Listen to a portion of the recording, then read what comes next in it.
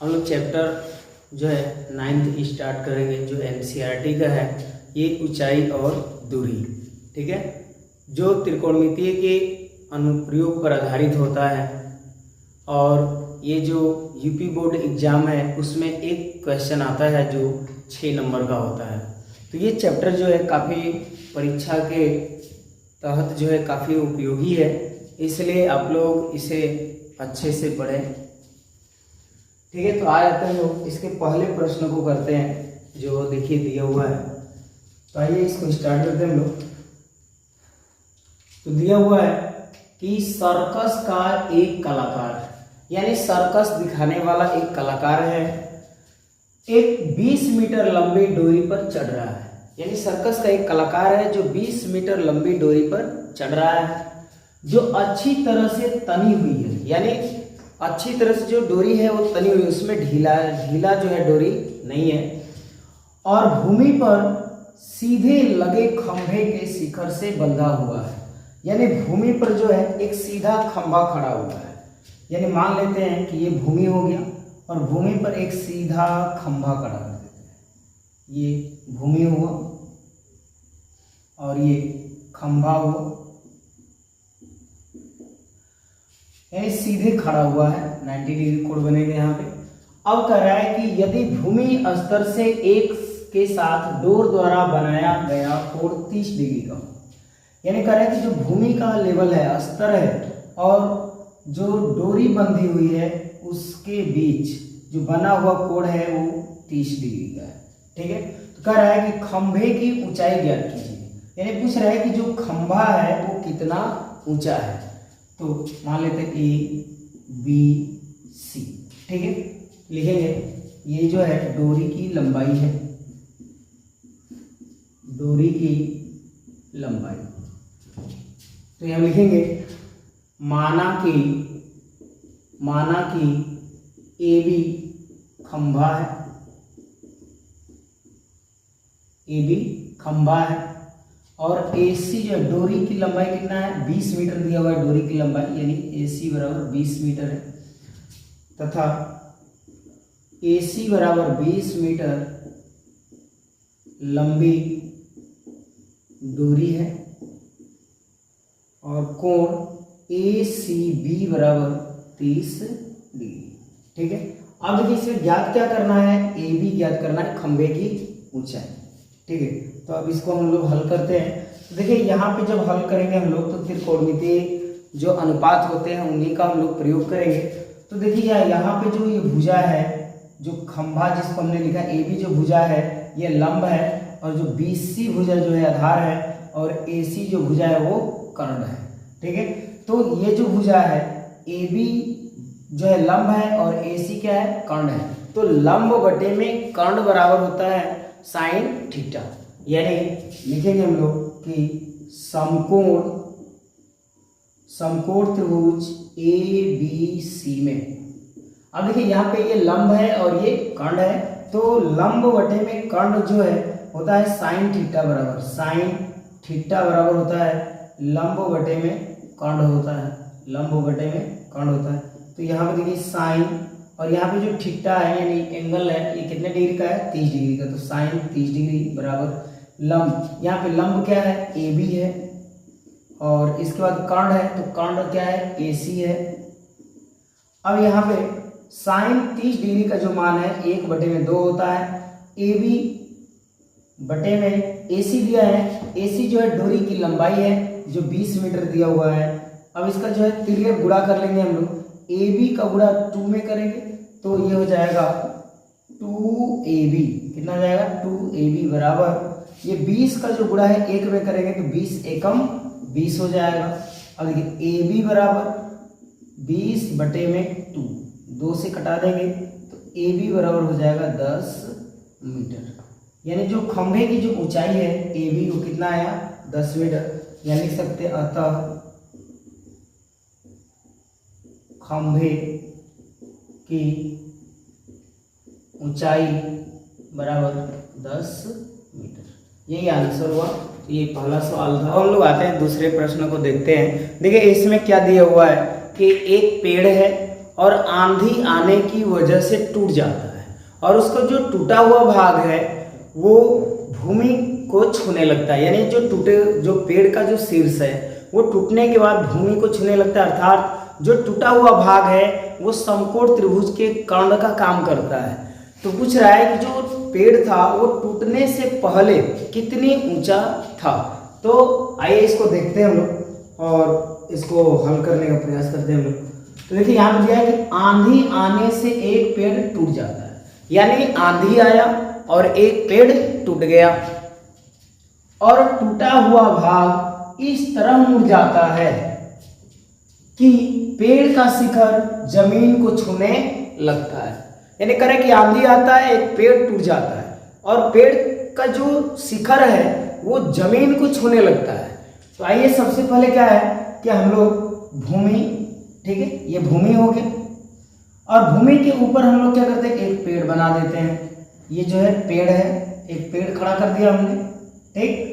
अब कह रहा है कि ये टूट जाता है, यानी ये जो पेड़ है मान लीजिए ये ए है और ये बी है और ये सी है, यानी ए बी जो है एक पेड़ है और आंधी आता है और ये पेड़ जो ए है बी है वो टूट जाता है। मान लेते हैं कि पेड़ यहाँ से क्या हुआ, टूट गया, ये पेड़ जो है वहां से टूट गया। तो करेक्ट, ये जो टूटा हुआ भाग है, ये जो पेड़ का टूटा हुआ भाग है वो इस प्रकार झुक जाता है, जो शिखर जो है पेड़ का जमीन को छूने लगता है और इसके साथ 30 डिग्री का कोण बनाता है। यानी जो पेड़ का शिखर है, जब यहाँ से पेड़ टूटेगा तो ये शिखर जो है आकर के नीचे यानी कुछ इस तरह से आ जाता है। यानी ये जो पेड़ का ए पॉइंट जो है, ए जो शिखर है वो चलाया कहाँ पर, इस बिंदु पर चलाया, ठीक है। तो ये जो पार्ट है और जो ये पार्ट है आपस में क्या होंगे, सेम होंगे, क्योंकि पेड़ का ऊपर का जो भाग टूटा हुआ है वही जो है उसका शीर्ष जो जमीन को छूने लग रहा है, ठीक है। तो ये डी दे देते हैं। तो यहाँ पे जो एडी है भुजा वो सीडी की क्या होगी, बराबर होगी, क्योंकि यही पेड़ का जो टूटा हुआ भाग है वो नीचे झुक गया है। अब इसके बाद कर रहा है कि ये 30 डिग्री का कोण बना रहा है, यानी ये झुका हुआ पार्ट और ये जो भूमि है इनके बीच कितने डिग्री कोण बन रहा है, 30 डिग्री का कोण बन रहा है। फिर कर रहा है कि पेड़ के पाद बिंदु की दूरी, पेड़ के पाद बिंदु की दूरी, यानी देखिए पेड़ के पाद बिंदु का अर्थ होता है आधार बिंदु या तल होता है, ठीक है। यानी पेड़ का ये वाला जो पॉइंट है, ये जो पेड़ का है शिखर है, ये पॉइंट पेड़ का शिखर है और ये जो है ये पेड़ का पाद बिंदु कहेंगे या पेड़ का तल या पेड़ का आधार कहेंगे, ठीक है। तो ये कह रहा है कि पेड़ के पाद बिंदु की दूरी जहां पेड़ का शिखर जमीन को छूता है 8 मीटर, यानी कह रहा है कि पेड़ का पाद बिंदु और जो टूटे हुए भाग है, जो पेड़ का ये जो शिखर है वो भूमि पर सी बिंदु पर छू रहा है, तो इसके बीच की जो डिस्टेंस है वो कितना दिया हुआ है, 8 मीटर दिया है। तो कह रहा है कि पेड़ की ऊंचाई ज्ञात कीजिए, यानी टूटने से पहले जो ए बी पेड़ है इसकी ऊंचाई कितनी थी। तो आइए इसको हम लोग बनाते हैं। तो लिखेंगे माना कि ए बी एक पेड़ है, मान लिया कि ए बी जो है एक पेड़ है जो डी बिंदु से टूटा हुआ है। कहां से टूट गया पेड़, डी बिंदु से, जो डी बिंदु से टूट गया है। पेड़ का शिखर ए जमीन पर बिंदु सी को छूता है, ठीक। तो जो एडी भुजा है वो सीडी की क्या होगा, बराबर। अतः एडी जो भुजा है वो सीडी की क्या होगी, बराबर होगी, ठीक है। अब देखिए यहाँ पे बीसी बराबर हमको 8 दिया हुआ है, बीसी बराबर कितना दिया है, 8 मीटर, और कोण डी सी बी बराबर 30 डिग्री, कोण डी सी बी बराबर कितना दिया है, 30 डिग्री दिया हुआ है, ठीक है। तो अब आ जाते हैं इधर, हम लोग हल करते हैं सवाल को।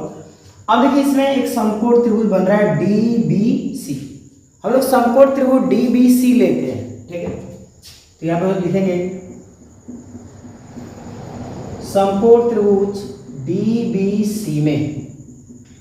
अब देखिए ये जो भुजा है BC जो भुजा है ये आधार है और जो BD है वो लंब है। ये BD जो है लंब है और BC क्या है आधार है। तो लंब बटे में जो आधार है वो tan थीटा बराबर होता है। लंब बटे में आधार जो है tan थीटा बराबर होता है, तो हम लोग tan थीटा का प्रयोग करेंगे। तो tan थीटा बराबर लंब बटे में आधार, लंब क्या है BD है और आधार क्या है BC, तो जाएगा BD बटे में BC।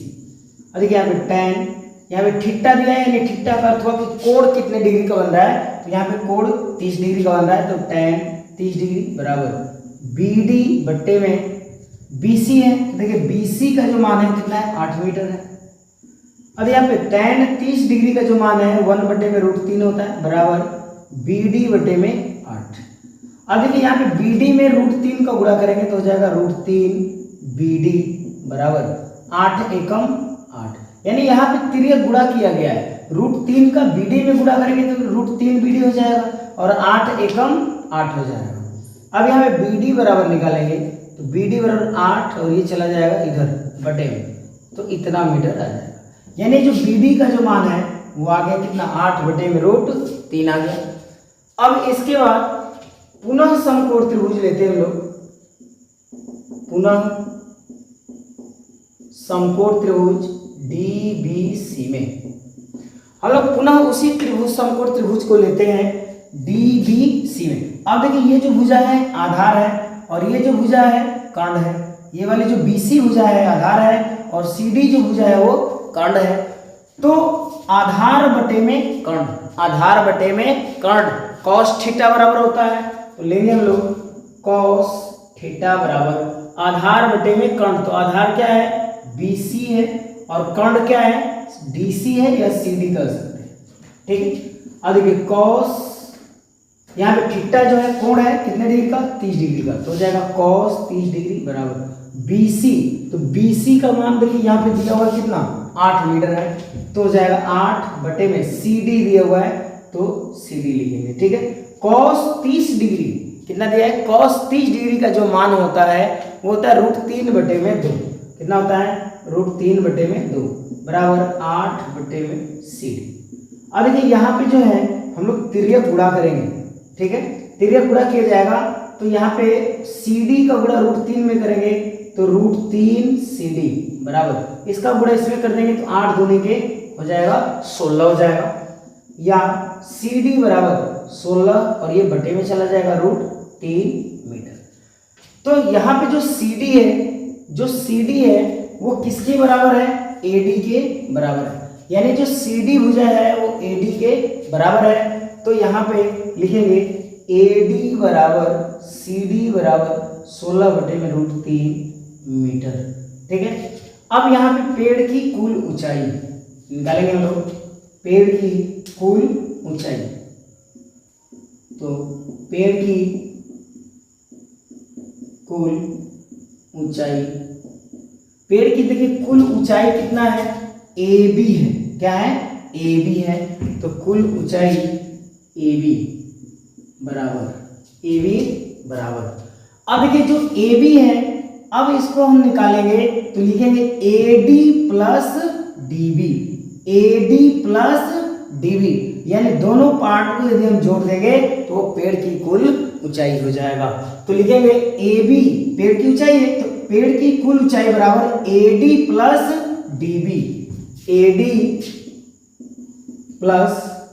DB, अब देखिए यहाँ पे AD है तो देखिए यहाँ पे AD का जो मान है वो कितना आया हुआ है 16 बटे में √3, तो जाएगा 16 बटे में √3 प्लस DB है तो यहाँ पर देखिए DB का जो मान आया हुआ है 8 बटे में √3, तो जाएगा 8 बटे में √3।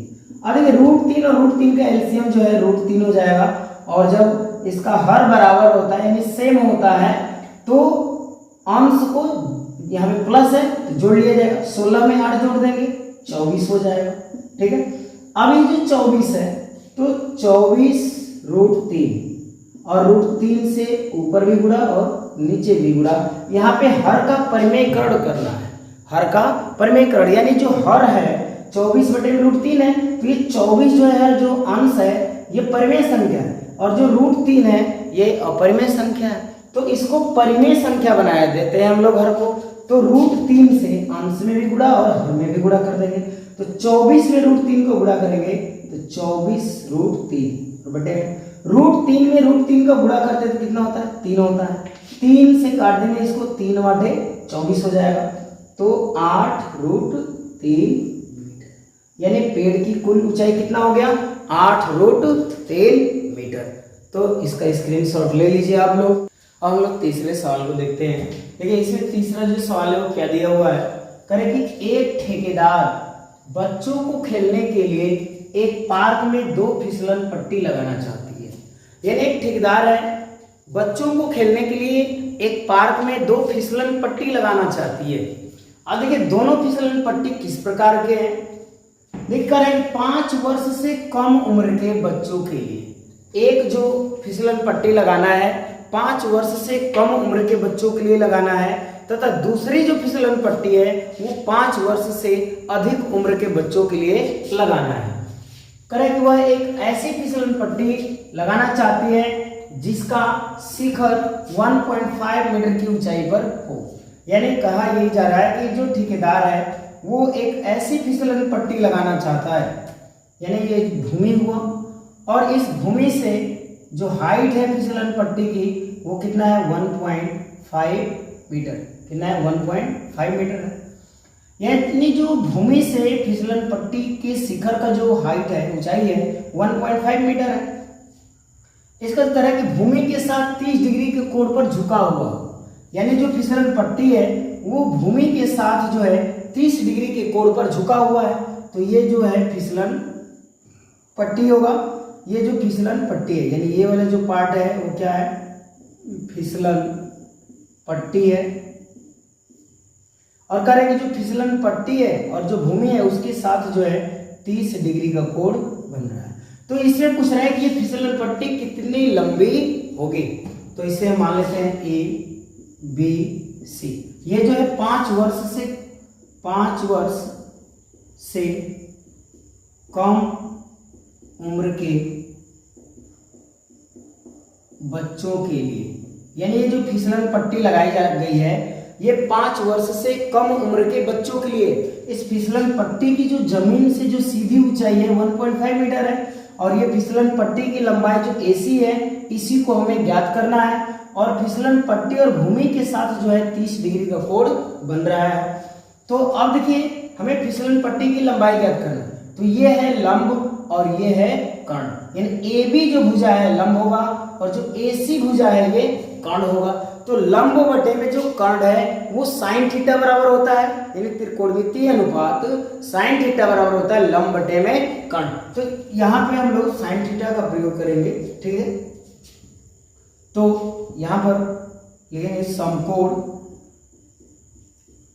त्रिभुज ABC में sin थीटा बराबर लंब बटे में कर्ण होता है। तो लंब क्या होगा? AB और कर्ण क्या होगा? AC। अब देखिए यहाँ पे sin थीटा दिया है, तो थीटा यानी कोण कितने डिग्री का है? 30 डिग्री का। तो 30 डिग्री बराबर AB दिया है, AB का मान कितना है? 1.5 मीटर। AC जो है फिसलन पट्टी की लंबाई है जिसे हमें ज्ञात करना है।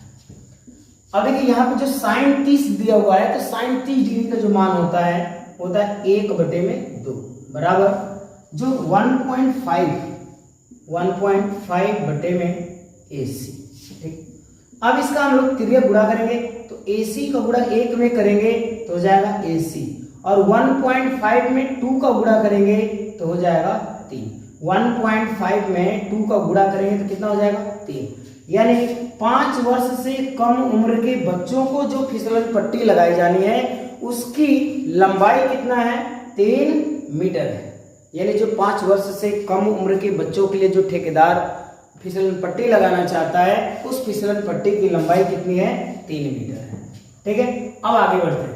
करें इससे अधिक उम्र के बच्चों के लिए, यानी 5 वर्ष से अधिक उम्र वाले बच्चों के लिए भी फिसलन पट्टी लगाया जाना है। उस फिसलन पट्टी की जो ऊंचाई वो 3 मीटर है और अधिक ढाल के फिसलन पट्टी लगाना चाहती है। यानी 5 वर्ष से अधिक उम्र के बच्चों के लिए जो फिसलन पट्टी लगाई जानी है उस फिसलन पट्टी की ऊंचाई 3 मीटर है और भूमि के साथ 60 डिग्री का कोण बनाती है। प्रत्येक स्थिति में फिसलन पट्टी की लंबाई क्या होनी चाहिए? तो चलिए यहाँ पे दूसरा कंडीशन हम लोग लेते हैं। तो यहाँ पे दिया है कि 5 वर्ष से अधिक उम्र के बच्चों के लिए, अधिक उम्र के बच्चों के लिए, तो यहाँ पे देखिए भूमि हो गया और 5 वर्ष से अधिक उम्र के बच्चों के लिए जो है ये फिसलन पट्टी की ऊंचाई कितना दिया है? 3 मीटर दिया है। और ये जो फिसलन पट्टी की जो लंबाई है ये क्या है? फिसलन पट्टी। तो इसी फिसलन पट्टी की जो है लंबाई हमको पता करनी है और कह रहा है कि जो फिसलन पट्टी है और जो भूमि है इसके साथ जो कोण है वो कितना बनेगा? 60 डिग्री का। यानी जो पहला फिसलन पट्टी उसकी अपेक्षा जो ये दूसरी फिसलन पट्टी है ये अधिक ढाल होगी, ठीक है, क्योंकि कोण 60 डिग्री का बन रहा है, ठीक है। अब यहाँ पे मान लेते हैं ये PQR, ठीक है, तो लिखेंगे समकोण त्रिभुज PQR में, ठीक है।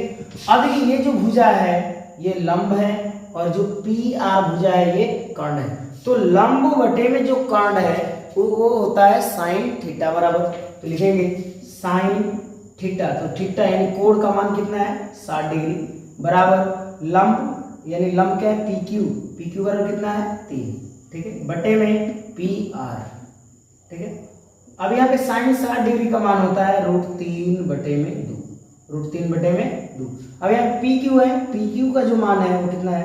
3 मीटर है और बटे में PR, ठीक है।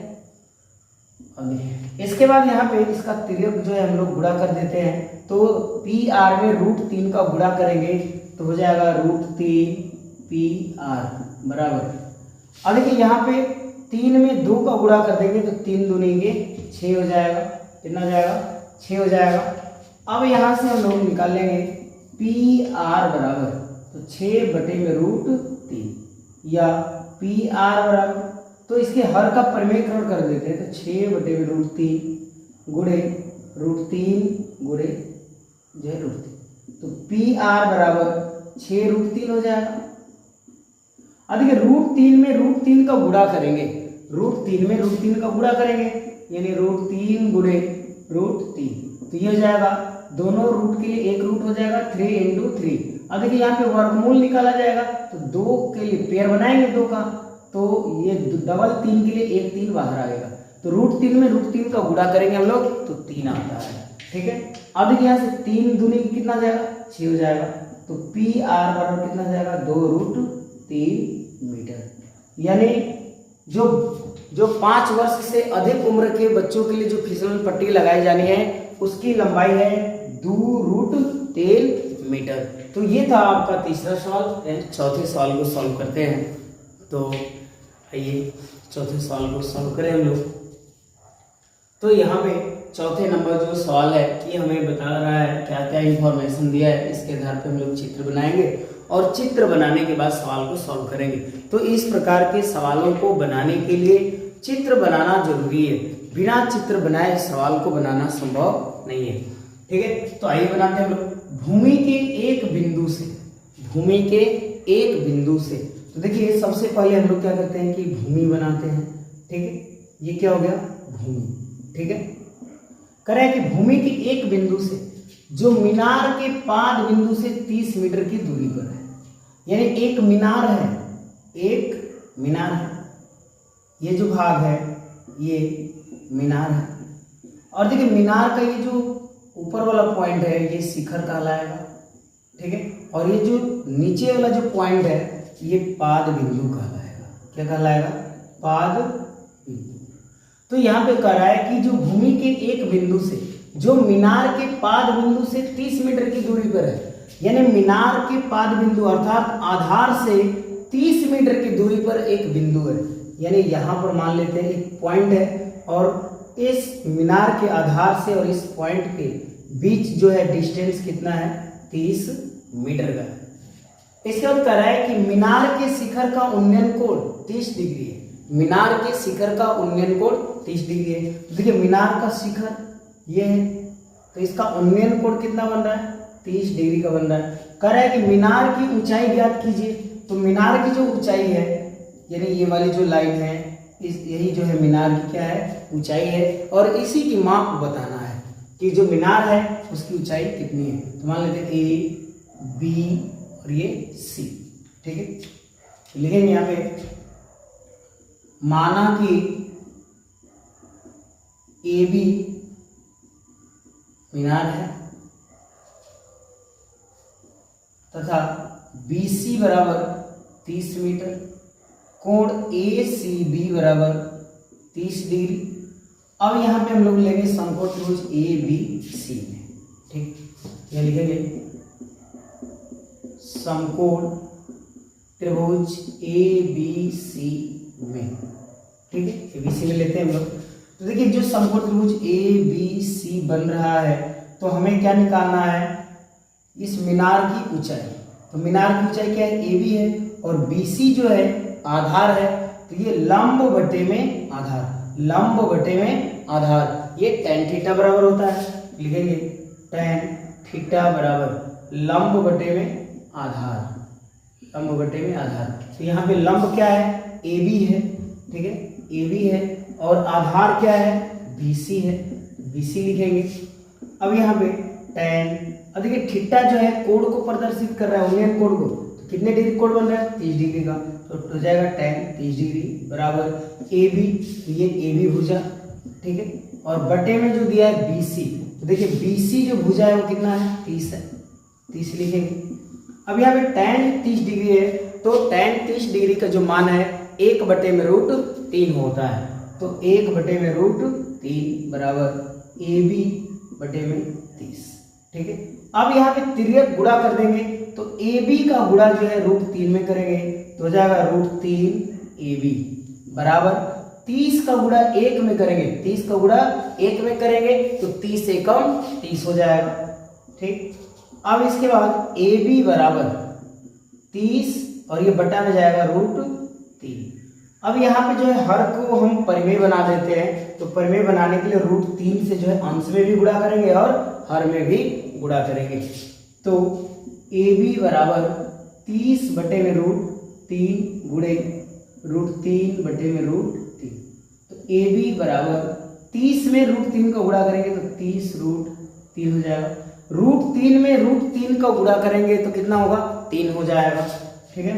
तो ए बी बराबर 3 से इसको काट देंगे 3 दहाई में 30, यानी 10√3 मीटर, यानी मीनार की ऊंचाई लिखेंगे। अतः मीनार की ऊंचाई बराबर 10√3 मीटर, यानी मीनार की जो ऊंचाई है वो 10√3 मीटर है। तो ये था आपका चौथा प्रश्न जो है, तो जल्दी से इसका स्क्रीनशॉट लीजिए। तो हम लोग आए थे 5वें सवाल बनाने के लिए, ठीक है। तो आइए देखते हैं इसको। देखिए इसमें कुछ नहीं दिया हुआ है, ये दिया हुआ है कि एक पतंग है जो उड़ रही है और जो पतंग की जो डोरी की लंबाई है उसी को बताना है। और कह रहा है कि जमीन से अगर सीधी मापी जाए तो पतंग की जो ऊंचाई है वो 60 मीटर है, यानी 60 मीटर, भूमि से 60 मीटर की ऊंचाई पर एक पतंग उड़ रही है। तो उस पतंग की डोरी की लंबाई ज्ञात करनी है। तो आइए ज्ञात करते हैं हम लोग। दिया है भूमि से 60 मीटर की ऊंचाई पर एक पतंग उड़ रही है। तो सबसे पहले हम लोग क्या करते हैं? भूमि बनाते हैं, ठीक, ये हो गया भूमि, ठीक है। भूमि से 60 मीटर की ऊंचाई पे एक पतंग उड़ रही है। तो यहाँ पे हम लोग एक पतंग बनाते हैं जो कि 60 डिग्री की ऊंचाई पर जो है क्या कर रही है? ये उड़ रही है, ठीक है। तो ये जो पतंग है इसकी हाइट कितनी है? 60 मीटर, यानी सीधी ऊंचाई, यानी जमीन से इस पतंग की जो हाइट है वो 60 मीटर है। और ये पतंग की जो डोरी है, आगे देखिए क्या लिखा है? पतंग में लगी डोरी को अस्थायी रूप से भूमि के एक बिंदु से बांध दिया जाता है। यानी जो पतंग है उसकी डोरी को भूमि पर एक बिंदु से जो है उसको क्या किया जाता है, बांध दिया जाता है। तो देखिए पतंग की जो डोरी होगी वो इस प्रकार से होगी, ठीक है, इस प्रकार से होगी। तो इस पतंग की डोरी को जो है यहाँ पर क्या कर दिया, एक बिंदु पर बांध दिया गया। तो ये जो है डोरी है, पतंग की डोरी है। अब कह रहा है कि भूमि के साथ डोरी का झुकाव 60 डिग्री का है, यानी जो भूमि है और जो डोरी है इन दोनों के बीच यानी झुकाव का अर्थ होता है कोण। कोण कितने डिग्री का है, 60 डिग्री का बन रहा है। कह रहा है कि यह मानकर कि डोरी में कोई ढील नहीं है, यानी ये माना जाएगा कि ये डोरी जो है ये ढील नहीं है, पूर्ण रूप से ये तनी हुई है। कह रहा है कि डोरी की लंबाई ज्ञात कीजिए, यानी इस पतंग की डोरी की लंबाई हमें बताना है। तो मान लेते हैं कि ये ए पॉइंट है, ये बी है और ये सी है। तो एक समकोण त्रिभुज बना हमारा ए बी सी। अब इस समकोण त्रिभुज ए बी सी बना है तो यहाँ पे सी पे 60 डिग्री कोण बन रहा है, निम्न कोण।